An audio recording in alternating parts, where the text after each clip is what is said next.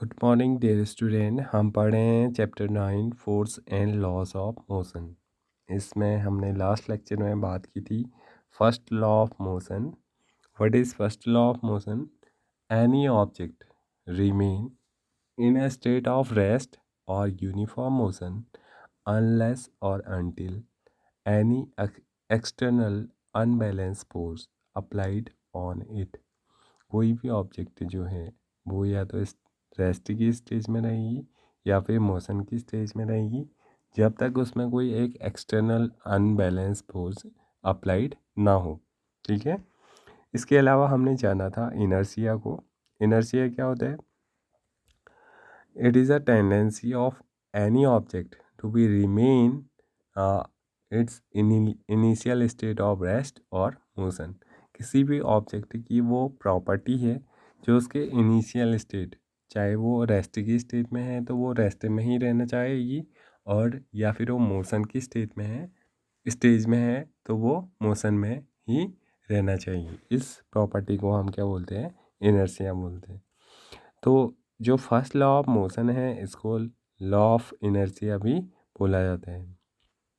इतना हम पढ़ चुके थे। इससे आगे certain experiences that we come across while traveling in motor car can be explained on the basis of law of inertia। तो लॉ ऑफ इनर्शिया के बेसिस पे है, जब अभी हम ट्रैवल करते हैं तो हम बहुत सारे ऐसे एक्सपीरियंस हमें होते हैं ट्रैवलिंग के दौरान, तो हम उनको एक्सप्लेन कर सकते हैं। आज तक हमें पता नहीं था। जैसे क्या? We tend to remain at rest with respect of the seat until the driver appear a braking force. जब भी गाड़ी चल रही होती है और हम गाड़ी के अंदर बैठे हैं, ठीक है, तो हम जो गाड़ी की सीट है उसके साथ ही हम क्या होते हैं? रेस्ट की स्टेज में बैठे रहते हैं। ठीक है। ये एक सीट है, तो हम इस सीट में अगर बैठे हैं तो हम किस स्टेज में हैं? रेस्ट की स्टेज में हैं। जब भी कब तक? जब तक उसका ड्राइवर ब्रेक को या ब्रेकिंग फोर्स को अप्लाई करके मोटर कार को रोक नहीं लेते हैं तब तक। With the application of brakes, जैसे ही वो ब्रेक लगाता है तो क्या होता है? The car slows down but your body tend to continue in the same state of motion because of its inertia. जब भी जो ड्राइवर है वो ब्रेक को अप्लाई करते हैं तो हमारी बॉडी क्या होती है? हमारी बॉडी आगे की ओर झुक जाती है। ठीक है। ऐसा क्यों होता है? क्योंकि अभी तक तो हमारी बॉडी जो है वो गाड़ी के साथ कैसी थी? एक मोशन की स्टेज में थी, और वो अभी भी मोशन चाहती है। जबकि ब्रेक अप्लाई हो चुके हैं तो हमारी बॉडी क्या होती है? थोड़ा सा आगे की ओर झुक जाती है। ठीक है। ऐसा किस वजह से होता है? ऐसा इनर्शिया ऑफ मोशन की वजह से होता है। ठीक है। A sudden application of brakes में thus causes injury to us by impact of collision with the panels in front. क्योंकि इसमें अचानक से अगर ब्रेक लगा दिया जाए तो शायद हम किसी चीज़ से टकरा सकते हैं, तो हमें इंजरी भी हो जाती है। तो इस वजह से जो सेफ्टी बेल्ट होते हैं, आपसे आजकल आपने देखा होगा काफ़ी ज़्यादा ट्रैफिक रूल्स हमारे सिटी में भी देखने को मिलते हैं कि सीट बेल्ट बांधना ज़रूरी है। तो ये सेफ्टी बेल्ट हमें जो कॉलिजन है या जो इम्पैक्ट है, अचानक से अगर हम कहीं पर ब्रेक लगा रहे हैं तो हमारा सर या फिर हमारी बॉडी आगे वाले बोनट वाले पार्ट से टकरा ना जाए, इस चीज़ से बचाने के लिए सेफ्टी बेल्ट को गाड़ियों में लगाए जाते हैं। Safety belt exert a force on our body to make the forward motion slower। तो ये जो सेफ्टी बेल्ट होते हैं ये हमारी बॉडी में एक फोर्स को एक्सर्ट करते हैं जिसकी वजह से हमारी बॉडी क्या हो? आगे की ओर न जा करके या आगे की ओर जाए भी तो थोड़ा स्लोअर जाए। On opposite experience is encountered when we are standing in bus and the bus began to move suddenly। क्या होता है जब कभी हम बस में ट्रेवल कर रहे होते हैं या फिर हाँ या फिर हम गाड़ी के पीछे अगर लटके हुए होते हैं तो उस टाइम पे क्या होता है, हमें फील होता है। क्या फील होता है? जब अचानक से गाड़ी आगे की ओर जाने लगती है, स्टार्ट होकर के गाड़ी आगे को जाती है, तो हम क्या होता है थोड़ा पीछे की ओर हमें झटका जैसा लगता है। ठीक है, now we tend to fall backward. अब हम क्या होते हैं, पीछे की ओर गिरने वाले होते हैं। This is because the sudden start of the bus bring motion to the bus as well as to the feet in the contact with the floor. अब क्या होता है, जैसे ही अचानक से बस स्टार्ट होती है, आगे की ओर बढ़ती है, तो जो बस है वो तो उसमें मोशन आ जाता है। इसके साथ साथ जो हमारे फीट हैं उसमें भी मोशन आ जाता है, क्योंकि वो किससे कनेक्टेड होते हैं, फ्लोर से, बस के फ्लोर से। बट लेकिन क्या होता है, हमारी जो अदर बॉडी पार्ट हैं वो क्या होते हैं, वो रेस्ट की स्टेज में होते हैं। ठीक है, जो अपोज करते हैं दिस मोशन, इस मोशन का, बिकॉज ऑफ इट्स इनर्जिया, और ये इनर्जिया ऑफ रेस्ट है। तो मेनली 3 टाइप का इनर्जिया देखने को मिलता है।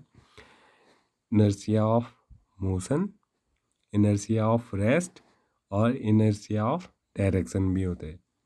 ठीक है, इनर्शिया ऑफ मोशन क्या होता है, जैसे हमने अभी एक एग्जांपल देखा, हम गाड़ी में बैठे हैं और गाड़ी चल रही है, अचानक से अगर ब्रेक लगते हैं तो हमारी जो डायरेक्शन है वो आगे की ओर हो जाती है, हम आगे की ओर झुक जाते हैं। और इनर्शिया ऑफ रेस्ट क्या है, हम गाड़ी में लटके हैं या फिर हम बस के अंदर खड़े हैं और अचानक से अगर गाड़ी चलती है तो हमें पीछे की ओर धक्का लगता है, क्योंकि हमारे फीट तो आगे की ओर जा रहे हैं, लेकिन जो हमारा रेस्ट बॉडी पार्ट है वो उस मोशन को अपोज करता है, उस मोशन का अपोज करते हैं, क्योंकि हमारा जो इनर्शिया ऑफ रेस्ट है वो उस मोशन को क्या करता है, अपोज करता है। इस वजह से हम क्या करते हैं, पीछे की ओर झुक जाते हैं। अब इनर्शिया ऑफ डायरेक्शन क्या होता है? इनर्शिया ऑफ डायरेक्शन जब हम देखते हैं कि अगर हम दायां मोड़ आ रहा है तो हमारी बॉडी बाएं साइड की ओर थोड़ा झुक जाती है। ठीक है, ये आपने देखा होगा, गाड़ी में अगर आप बैठे होंगे तो आपको ज़रूर पता होगा, जिस डायरेक्शन में बैंड बैंड होगा उसके अपोजिट डायरेक्शन में हमारी बॉडी चले जाती है। When a motor car makes a sharp turn at a high speed, we tend to get thrown to one side. जब भी क्या होता है, शार्प टर्न में हाई स्पीड के साथ कोई मोटर कार जाती है तो उस टाइम पे क्या होता है, हम अपने बॉडी को एक डायरेक्शन की ओर मूव करते हैं। This can again be explain on the basis of law of inertia. We tend to continue in our straight line motion, क्योंकि हम क्या कर रहे होते हैं कि स्ट्रेट लाइन मोशन में मूव कर रहे होते हैं और अचानक से अगर मोड़ आता है तो हमारे जो बॉडी की पोजीशन है उसमें चेंजेस आ जाते हैं।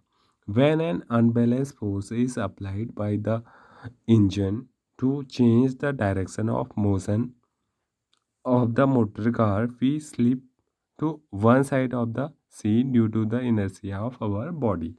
तो इसको क्या बोला जाता है? इसको बोला जाता है inertia of direction.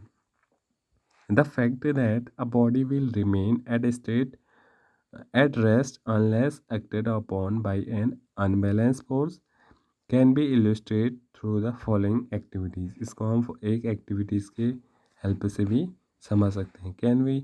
Can a flap of similar carrom coins on table as shown in figure 9.6 attempt a sharp horizontal hit on the bottom of the pail using another carom coin or the stagger. If the hit is strong enough, the bottom coins move out quickly. Once the lowest coin is removed, the inertia of other coins makes them fall vertically on the table. आपने अपने घरों में table में carrom ज़रूर खेला होगा, और carrom में आपने देखा होगा कि आप क्या बनाते हैं, ऐसे एक पिरामिड टाइप का बनाते हैं। एक ऐसे सारे कॉइन्स को एक के ऊपर रख के आप खेलते हैं, और जब आप इसमें स्ट्राइक करते हैं फर्स्ट कॉइन में, सबसे लास्ट वाली कॉइन में आप जब स्ट्राइक करते हैं तो केवल वो ही कॉइन क्या होती है, बाहर निकलती है। बाकी की कॉइन्स क्योंकि उनका इनर्शिया ऑफ रेस्ट ज़्यादा होता है तो वो सेम पोजीशन में वैसे ही रहती हैं। इस एग्जांपल से आप इसे समझ पाए होंगे। Set a 5 rupee coin on a strip card covering an empty glass timber standing on a table as shown in figure 9.7। आपने ऐसा ही आपने क्या करना है, एक एम्प्टी ग्लास रखना है, उसके ऊपर आपने एक पेपर कवर या कार्डबोर्ड का छोटा सा पीस काट करके रखना है। उसके ऊपर आपने एक 5 रुपये का कॉइन भी रखना है।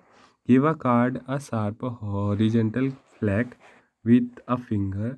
If we do it fast then the coins shoot away. अगर हम इसको बहुत ज़ोर से करेंगे तो शायद कॉइन भी क्या हो, नीचे गिर जाए।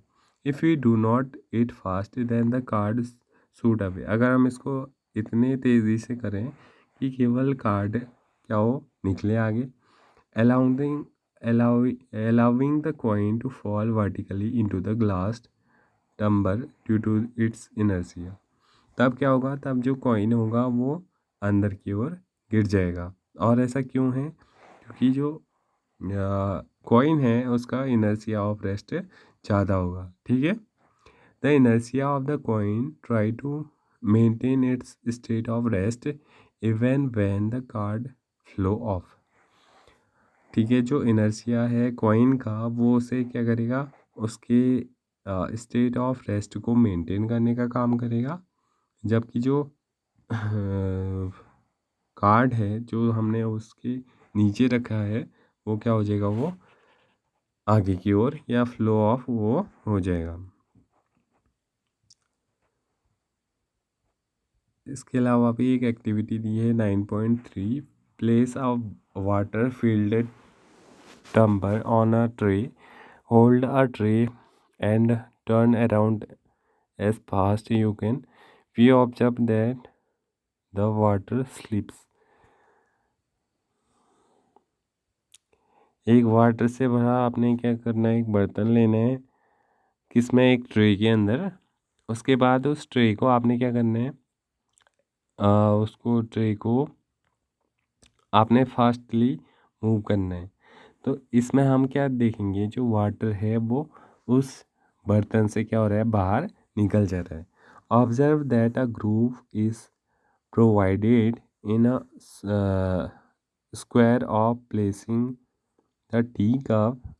It prevent the cup from toppling over in case of sudden jerk. आपने घरों में देखा होगा कि जो टी कप होते हैं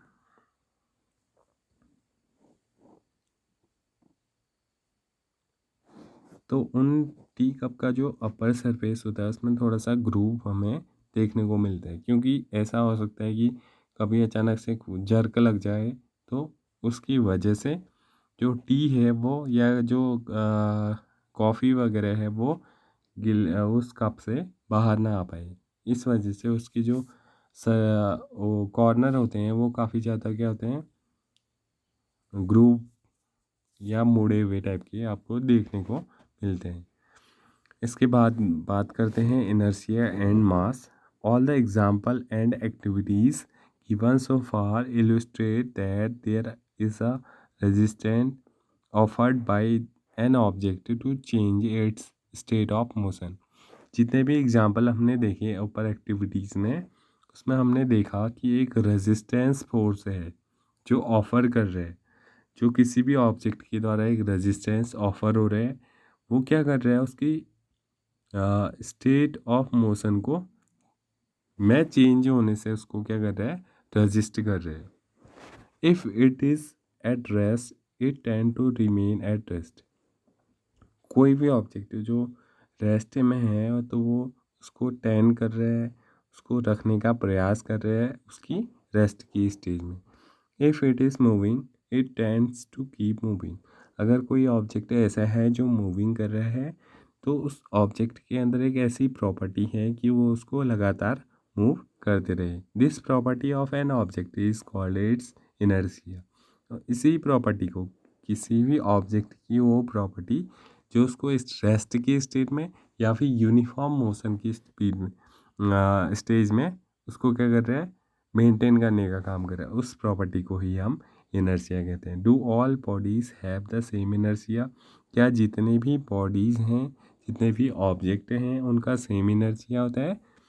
नहीं होता है। We know that it is easier to push an empty box. हम जानते हैं कि किसी खाली बॉक्स को पुश करना क्या होता है, ईजी होता है। Then a box full of books. इसके अपोजिट अगर हम एक बॉक्स जिसमें बुक्स भरी हैं या जिसमें कोई सामान रखा है उसको अगर हम पुल करें, उसको धकेलें, तो हमें ज़्यादा फोर्स की आवश्यकता पड़ती है। ठीक है, उसको हम हल्के से, जैसे हम एम्प्टी बॉक्स को ले जाते वैसे हम उसे नहीं ले जा सकते। Similarly if we kick a football it flies away. जैसे हम फुटबॉल को किक मारते हैं तो वो क्या हो जाता है, वो फ्लाई अवे, यानी कि वो एक स्थान से दूसरे स्थान की ओर चले जाता है। But if we kick a stone, लेकिन क्या हम एक स्टोन को किक मारें तो वो भी क्या वैसे ही फ्लाई अवे करेगा, जिसका साइज सेम फुटबॉल के बराबर है। अगर आप उसे किक करेंगे उसी फोर्स से, जिस फोर्स से आपने फुटबॉल को किक किया था, उसी फोर्स से अगर आप उसे किक करेंगे तो क्या वो भी मूव होगा? तब वो मूव नहीं होगा, वो हार्डली मूव होगा। इसके बदले आपके पैर में चोट ज़रूर लग जाएगी। तो आज का पार्ट यहीं पर कंप्लीट होता है। इससे आगे हम नेक्स्ट वीडियो में देखेंगे। Thank you.